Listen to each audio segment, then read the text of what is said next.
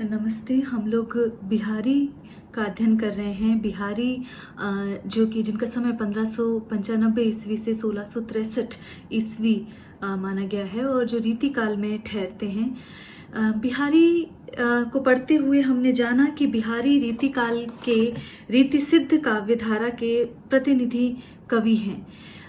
बिहारी का जन्म ग्वालियर के पास जो बसुआ गोविंदपुर गांव है वहां पर होता है और इनके पिता का नाम केशव था।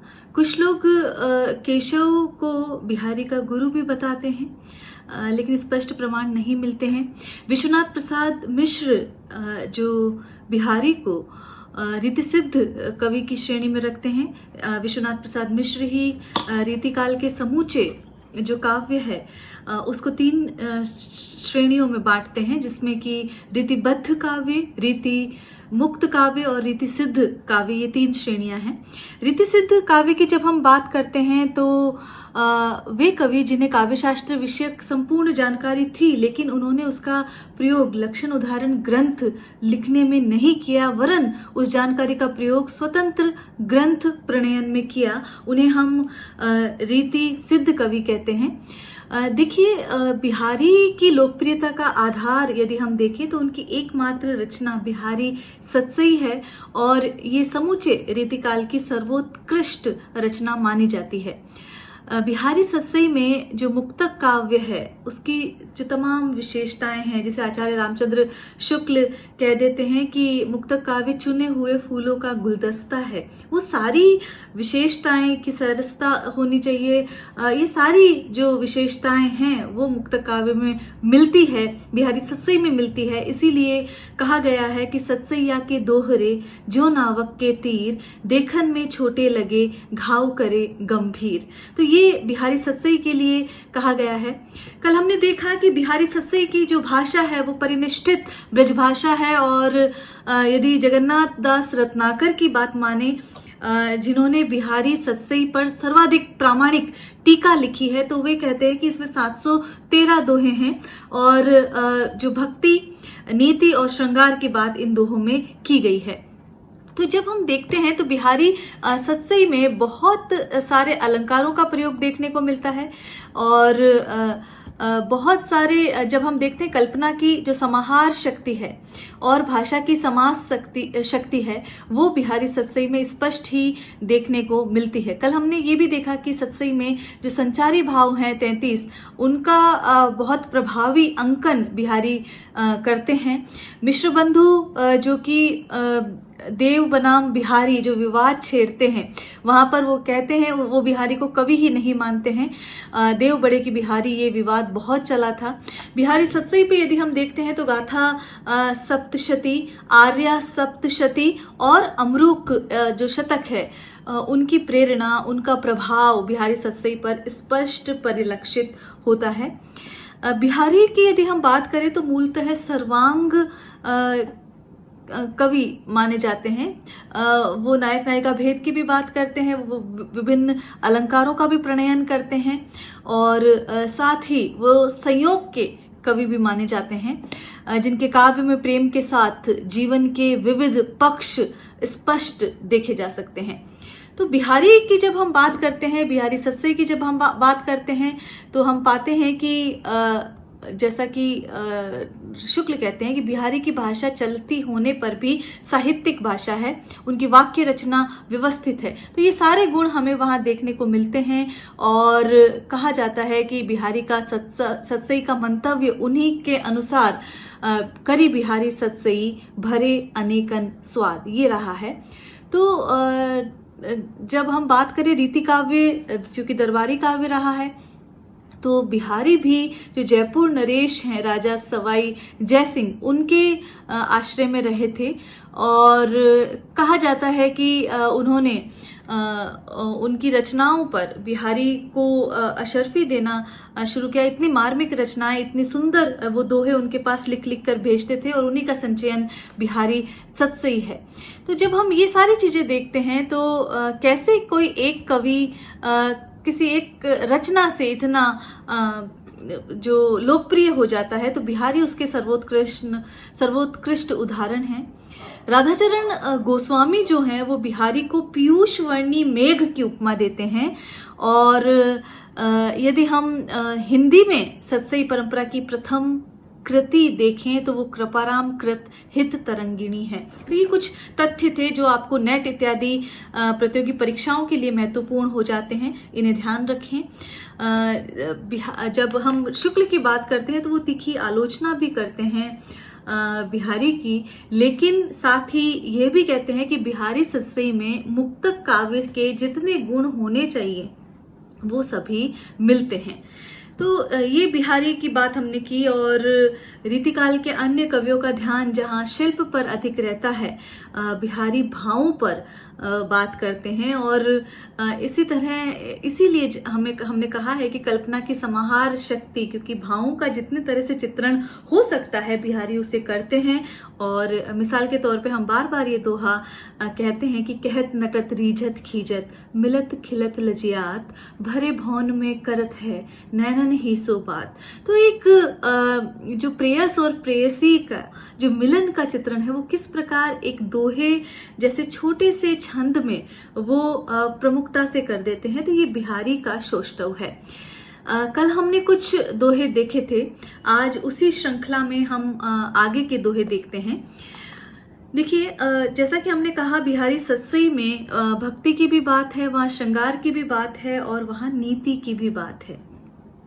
तो यहाँ पर कोई जो गोपी है, कोई जो नायिका है, वो श्री कृष्ण के सौंदर्य पर किस प्रकार मुग्ध हो जाती है, किस प्रकार उन्हें एकटक निहारती चली जाती है, इस दोहे में वो बात कही गई है कि मोर मुकुट की चंद्रिकनु यो राजत नंद नंद। नंद के जो नंदन है अर्थात जो कृष्ण है, चंद्रिकनु की बात का मतलब है चंद्रमाओं से। तो जैसा कि सर्वविदित है, जब हम श्री कृष्ण के बारे में पढ़ते हैं तो हम ये जानते हैं कि कृष्ण जो है माथे पर मोर का जो मुकुट है वो धारण करते हैं, मोर पंख का जो मुकुट है वो धारण करते हैं। तो इसीलिए यहाँ पर कहा गया है कि जो कृष्ण हैं उन्होंने अपने मस्तक पर जो चंद्रमाओं से सुसज्जित जो मोर पंख है उनका मुकुट धारण कर रखा है। मोर पंख जो होते हैं उसमें गोलाकार आकृति में संरचनाएं होती है जो कि चंद्रमा से जिसका सामने दिखाया गया है। तो वो जो कि केवल एक मोर पंख नहीं है, नाना मोर पंख है, और वो जो गोलाकार आकृति है वो अनेक चंद्रमाओं की भांति वहां पर प्रतिबिंबित हो रही है, लक्षित हो रही है। इसीलिए कहा गया है कि श्री कृष्ण ने जो मोर पंख है उनका जो मुकुट है वो माथे पर धारण कर रखा है। मनु शशि शेखर की अकस लिए, का पूरा आएगा यहाँ पर, मनु शशि शेखर की अकस लिए किए शेखर सतचंद, कि मानो जो कृष्ण है उन्होंने शिव से प्रतिस्पर्धा करने के लिए, अकस का मतलब है प्रतिस्पर्धा, मानो कि जो ये श्री कृष्ण हैं उन्होंने शिव से प्रतिस्पर्धा करने के लिए अपने माथे पर सैकड़ों चंद्रमा, सतचंद, सत मतलब शत है यहाँ पर इसका तत्सम रूप, ये सत यहाँ पर तद्भव रूप है। तो सतचंद, जब हम ये कह रहे हैं कि जो श्री कृष्ण हैं उन्होंने शिव से प्रतिस्पर्धा करने के लिए, चूंकि शिव तो केवल एक चंद्रमा अपने मस्तक पर धारण करके रहते हैं, उन्होंने 100 चंद्रमा अपने माथे पर धारण कर लिए हैं। देखिए यहाँ पर जो शेखर शब्द है उसका मतलब है कामदेव। यहाँ पर यह भी अर्थ लिया जा सकता है, चूंकि कृष्ण की जो देह यष्टि है, कृष्ण का जो सौंदर्य है वो कामदेव से कम नहीं है। तो मानो कामदेव ने शिव से प्रतिस्पर्धा करने के लिए सैकड़ों चंद्रमा युक्त मुकुट अपने सर पर धारण कर लिया है। तो यहाँ पर ये बात ध्यान रहे कि किस प्रकार जब हम देखते हैं तो श्लेष अलंकार का सौंदर्य यहाँ पर बार बार दिखाई देता है। ऐसा लगता है जैसे शिव से प्रतिस्पर्धा या ईर्ष्या के कारण जो कृष्ण हैं उन्होंने सैकड़ों चंद्रमाओं से युक्त जो मुकुट है वो धारण कर लिया है। तो यहाँ पर अनुप्रास, व्यतिरेक भी देखा जा सकता है, और मनु शब्द आया है तो उत्प्रेक्षा अलंकार का प्रयोग भी यहाँ पर किया गया है। भाषा परिनिष्ठित ब्रजभाषा का प्रयोग बिहारी ने अपनी सतसई में किया है। आगे जो बात कह रहे हैं बिहारी वो नीति की बात है। देखिए ये जो दोहा पढ़ा था हमने कल, ये छूट गया था आपके, यदि हम किताब में जो जिस हिसाब से दे रखा है उस हिसाब से देखें तो यहाँ जब हम आगे देखते हैं तो कैसे छोटे नरन तू सरत बरनु के काम। सरत मतलब ये ब्रजभाषा का शब्द है, अनेक भाषाओं में भी इस तरह का शब्द होता है। सरत का मतलब होता है पूरा होना। कैसे छोटे नरनुते सरत बड़नु के काम, कि जो काम जो बड़े व्यक्ति जो काम करते हैं, जो महान व्यक्ति जो काम करते हैं, जो एक बड़ा दायित्व का निर्वहन करते हैं, उनका काम छोटे व्यक्तियों से कैसे पूरा हो सकता है।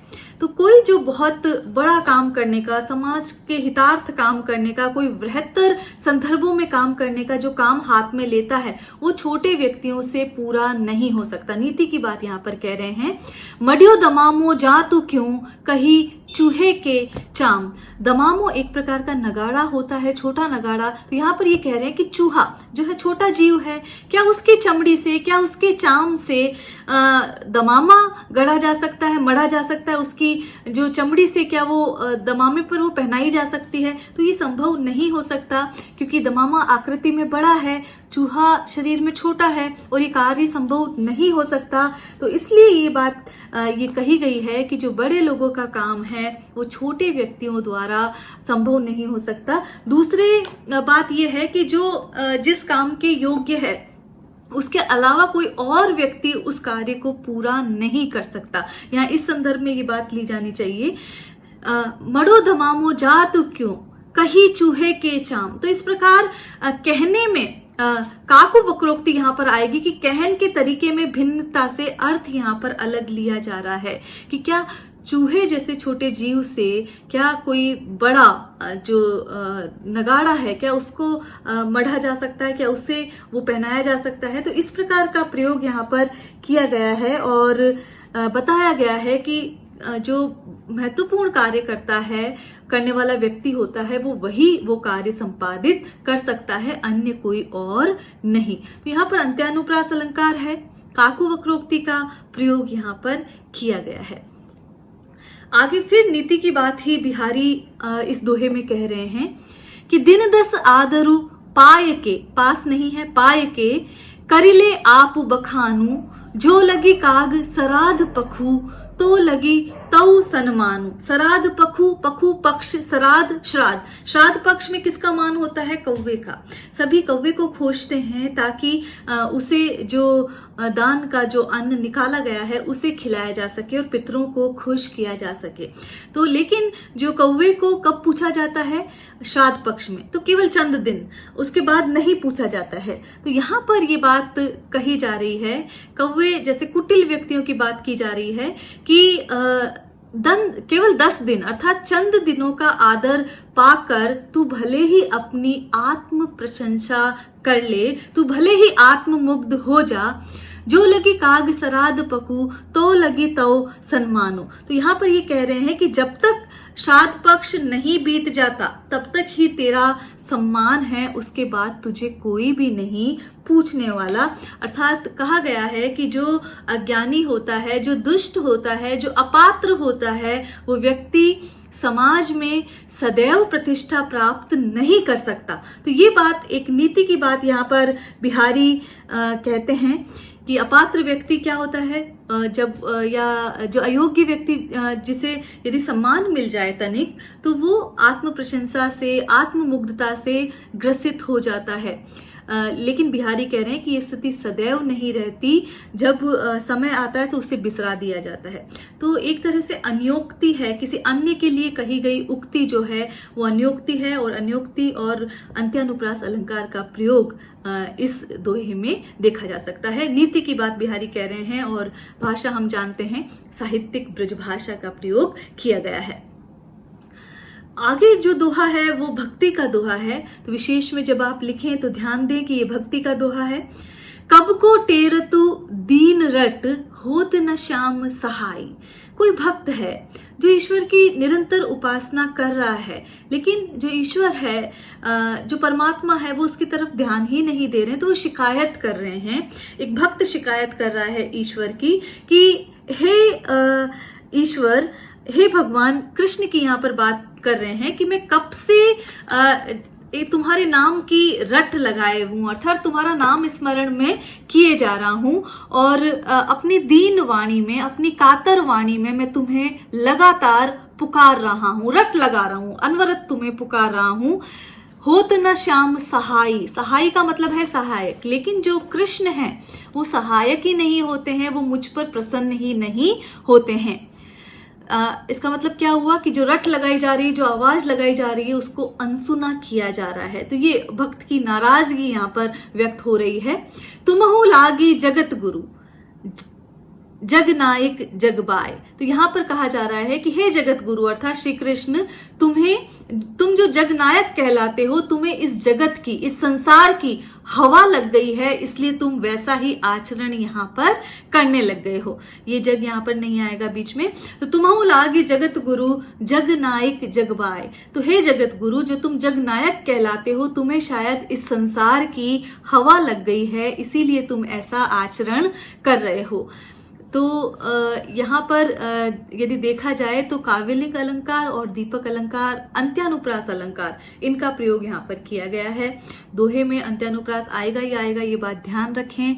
और यदि हम देखें जगबाई में देखें तो मुहावरे का प्रयोग यहाँ पर बिहारी ने अपने इस दोहे में किया है। फिर भक्ति की ही बात यहाँ पर की जा रही है। तो जब वही भक्त यहाँ पर जब बात नहीं सुनी जा रही है, तो वो कह रहे हैं कि नीकी दई अनाकनी। नीकी मतलब जो श्रेष्ठ बात है, अच्छी बात है, कि हे भगवान, आपने जो मेरी बात है उसकी अच्छी बात की भी अनसुनी कर दी। अनाकनी का मतलब है आनाकानी, मतलब अनसुनी करना, कि तुमने जो मेरी बात है, जो नीकी बात थी, उसकी तुमने अनसुनी कर दी। फीकी परी गुहारी।